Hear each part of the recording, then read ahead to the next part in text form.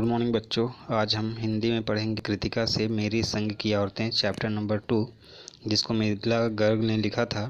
मृदुला गर्ग लेखिका हैं। वो लिखती हैं कि मेरी एक नानी थी। जाहिर है मेरी एक नानी थी का मतलब वह भूतकाल में, मतलब पहले थी, तो मैं आज उनको नहीं जानता, उनको कभी देखा नहीं। मेरी माँ की शादी होने से पहले ही उनकी मृत्यु हो गई थी। मतलब मेरी माँ की शादी नहीं हुई थी, इससे पहले ही मृत्यु हो गई थी उनकी। शायद नानी से कहानी ना सुन पाने का कारण बाद में हम 3 बहनों को खुद कहानियाँ कहनी पड़ी। कहानियाँ कहनी पड़ी का तात्पर्य ये कि ये जो हैं मृदुला गर्ग जो हैं ये स्वयं एक कहानीकार हैं, कहानी लिखती हैं। इसका वजह ये बता रही हैं कि शायद हमने नानी से कभी कहानी नहीं सुनी, शायद इसलिए आज हम तीनों बहनें स्वयं कहानी लिख रहे हैं। नानी से कहानी भले ना सुनी हो, नानी की कहानी ज़रूर सुनी और बहुत बाद में जाकर उसका असली मर्म समझ में। अब नानी से हम कहानी भले नहीं सुने नानी की ज़ुबानी, लेकिन नानी जो कहानी कहती थी उसको हमने ज़रूर सुना है, और उसका जो दर्द है, जो एक बात है उसमें, उसको हम अब समझ में आ रहा है हमारे। पहले इतना ही जाना कि मेरी नानी पारंपरिक अनपढ़ पर्दा नसी, मतलब पर्दा में रहने वाली, घर के अंदर चारदीवारी के अंदर रहने वाली थी, जिनके पति शादी के तुरंत बाद उन्हें छोड़कर बैरिस्ट्री पढ़ने मतलब वकीली करने, LLB करने विलायत विदेश चले गए। अब कैम्ब्रिज विश्वविद्यालय से डिग्री लेकर जब वे लौटे और विलायती रीति रिवाज के संग ज़िंदगी बसर करने लगे, तो नानी के अपने रहन सहन पर उनका कोई असर नहीं पड़ा। ना उन्होंने अपनी किसी इच्छा आकांक्षा या पसंद नापसंद का इजहार पति पर कभी किया। कहने का तात्पर्य कि जो हमारे नाना जी थे वो क्या थे, वो बैरिस्टर थे, वकील थे, विदेश से पढ़ के आए थे। जो नानी थी वो गांव की रहने वाली, गांव की परंपरा में ढली हुई थी, तो उनका विशेष नाना जी का जो है विशेष प्रभाव पड़ा नहीं नानी पर। अब जब कम उम्र में नानी ने खुद को मौत के करीब पाया, कम उम्र में नानी की मौत हो गई थी। 15 वर्षीय एक लौटती बेटी थी जो मेरी माँ है, कि उनकी जब शादी का फिक्र ने इतना डराया कि वे एकदम मुँहजोर हो उठी।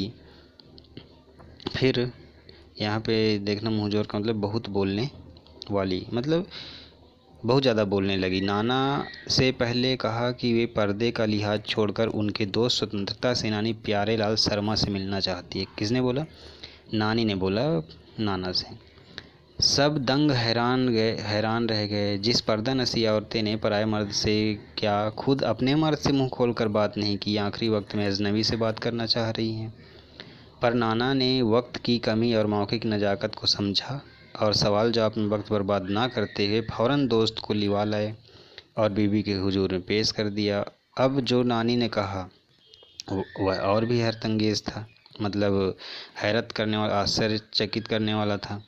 उन्होंने कहा, वचन दीजिए कि मेरी लड़की के लिए वर आप तय करेंगे। मेरे पति तो साहब हैं और मैं नहीं चाहती मेरी बेटी की शादी साहबों के फरमाबदार से हो, मतलब साहब के जो एक नौकर हो, आज्ञाकारी जो होते हैं उनसे हो। आप अपनी तरह आज़ादी का सिपाही ढूंढकर उसकी शादी करवा दीजिएगा। कौन कह सकता था कि अपनी आज़ादी से पूरी तरह बेखबर उस औरत के मन में देश की आज़ादी के लिए ऐसा जुनून होगा। मतलब इससे पहले कोई ऐसा सोचा नहीं था कि खुद की आज़ादी से बेखबर देश की आज़ादी के लिए उनके मन में ऐसी कोई बात रही होगी। बाद में मेरी समझ में आया कि दरअसल वे निजी जीवन में काफ़ी आज़ाद ख्याल रही होंगी उनके। ठीक है, उन्होंने नाना की ज़िंदगी में कोई दखल नहीं दिया, ना उसमें साझेदारी की, पर अपनी ज़िंदगी को अपने ढंग से जीती ज़रूर रहीं। पारंपरिक घरेलू उबाऊ और खामोश ज़िंदगी जीने में आज के हिसाब से क्रांतिकारी चाहे कुछ ना रहा हो, दूसरे की तरह जीने के लिए मजबूर ना होने में असली आज़ादी कुछ ज़्यादा ही थी। कहने का तात्पर्य कि नानी भले अपनी ज़िंदगी में, मतलब नाना की ज़िंदगी का असर ना पड़ा हो, लेकिन अपनी ज़िंदगी वो बहुत ही बाखूबी स्वतंत्रता के साथ जी हैं। अब आगे लेखिका कहती हैं, खैर इस तरह मेरी माँ की शादी ऐसे पढ़े लिखे होनहार लड़के से हुई जिसे आज़ादी के आंदोलन में हिस्सा लेने के अपराध में ICAS के इम्तहान में बैठने से रोक दिया गया था। चूँकि हमारे जो नाना जी थे वो आज़ादी में आंदोलन में हिस्सा भी लिए थे, इसलिए उनको ICAS की परीक्षा में बैठने भी नहीं दिया, और उनकी जेब में पुश्तैनी पैसा धेला एक नहीं था। माँ बेचारी अपनी माँ और गांधी जी के सिद्धांतों के चक्कर में सादा जीवन जीने और ऊंचे ख्याल रखने पर मजबूर हुई। हाल उनका यह था कि खादी की साड़ी उन्हें इतनी भारी लगती थी कि कमर चनका खा जाती। हमारे माता जो नानी जी थी, उनका खादी की साड़ी से बहुत मतलब इतनी भारी लगती थी कि कमर, मतलब ऐसा लगता था जैसे कि वो किसी भारी वस्तु से अपने शरीर को ढक ली है। रात रात भर जागकर वे उसे पहनने का अभ्यास करती, जिससे दिन में शर्मिंदगी ना उठानी पड़े, क्योंकि वो बड़े मतलब पति जो थे उनके ठाट बाट वाले थे, तो उनके सामने, उनके दोस्तों के सामने उनकी बेइज्जती ना हो, इसलिए पहनने की कोशिश करती रहती थी। वे कुछ ऐसी नाजुक थी कि उन्हें देखकर उनकी सास यानी मेरी दादी ने कहा था, हमारी बहू तो ऐसी है कि धोई पोंछी और छींके पर टांग दी हुई, मतलब खूंटी पर। गनीमत यही थी कि किसी ने उन्हें छींके पर उससे उतारने की पेशकश नहीं की। ये हमारी माता जी की बात है। और क्यों नहीं कि उसकी दो वजहें थी। पहले यही कि हिंदुस्तान के तमाम वसिंदे की तरह उनके ससुराल वाले भी साहिबों से खासे अभिभूत थे, प्रेरित थे, और मेरे नाना पक्के साहब माने जाते थे।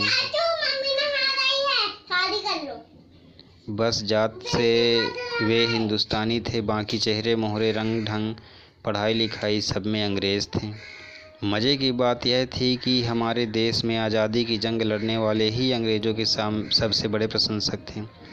गांधी, नेहरू हों या मेरे पिताजी के घर वाले, भले लड़का आज़ादी की लड़ाई लड़ते जेब खाली और शोहरत सिर करते रहे, दबदबा उनके साहबी ससुर का ही था। एक आन बान शान वाले साहब ने उनके सिरफरे लड़के को अपनी नाजुक जान लड़की सौंपी। उससे रोमांचक क्या कोई परिकथा होती। नानी की सनक भरी आखिरी ख्वाहिश और नाना की रजामंदी, वे रोमांचक उपकथाएं थीं जो कहानी में तिलिस्म को और गाढ़ा बना चुकी थीं। दूसरी वजह माँ की अपनी शख्सियत थी, मतलब उनका एक व्यक्तित्व था। उनमें खूबसूरती, नज़ाकत, गैर दुनियादारी के साथ ईमानदारी और निष्पक्षता कुछ इस तरह घुली मिली थी कि परिजात से कम जादुई नहीं मालूम पड़ती थी।